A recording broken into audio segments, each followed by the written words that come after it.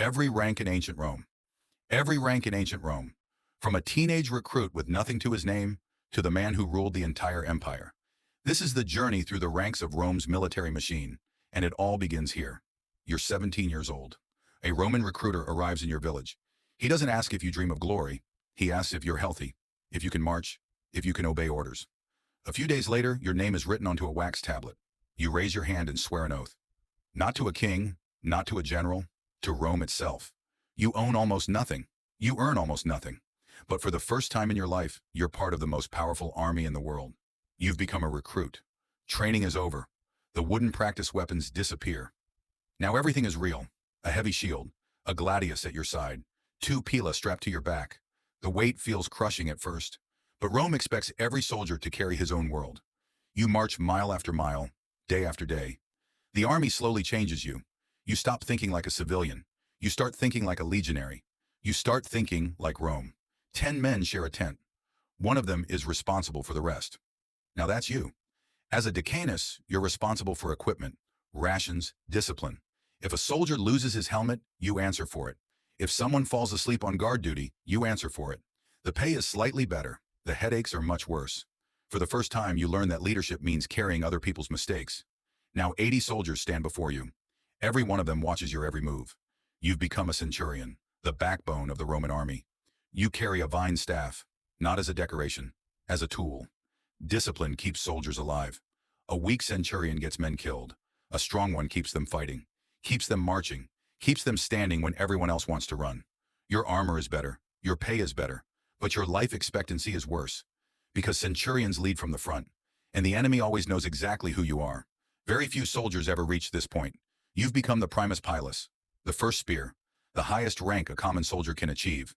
Your armor is covered in scars. So are you. Thousands of soldiers answer to officers who answer to you.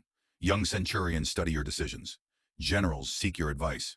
You no longer fight every battle personally, but every battle still passes through your hands. You are now one of the most respected men in the legion. Now you're no longer just a soldier. You're part of the command structure. As a tribune, entire sections of the legion depend on your decisions. A delayed message, a misunderstood signal, one wrong order, and hundreds of men can pay the price. The higher you climb, the fewer mistakes you're allowed to make. The emperor trusts you with an entire legion, 5,000 soldiers, cavalry, engineers, scouts, supply trains, everything. You don't carry a shield anymore. You carry responsibility. A victory earns Rome new territory. A defeat becomes history. You've become a legate, one of the empire's most trusted commanders. Now entire armies move when you speak. Cities open their gates. Kings offer alliances. Enemies study your tactics. Friends fear your ambition. Because in Rome, successful generals become powerful. Sometimes too powerful. Every victory brings you closer to greatness and closer to danger. You've reached the highest rank in Rome, emperor. Millions of people now live under your rule. Governors obey your decrees. Legions defend your borders. The richest city in the world answers to you. But power comes with a price. Every emperor has enemies. Some wear barbarian armor, others wear Roman togas. A bad battle can end your reign. A bad decision can end your life. A bad friend can do both. The throne is the highest position in Rome, and the most dangerous one. Years later, people remember the great names, the generals, the conquerors, the emperors. Their statues fill cities. Their victories fill history books. Their achievements become legend. But that's only part of the story.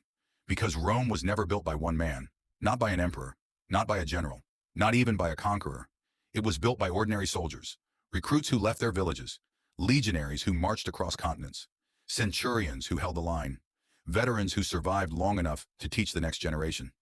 Every rank carried more authority, more responsibility, and more danger. From recruit to legionary to Decanus, centurion, Primus Pilus, tribune, legate, general, and finally emperor. A single lifetime spent climbing the ladder of Rome. An empire wasn't carried by marble temples or golden palaces.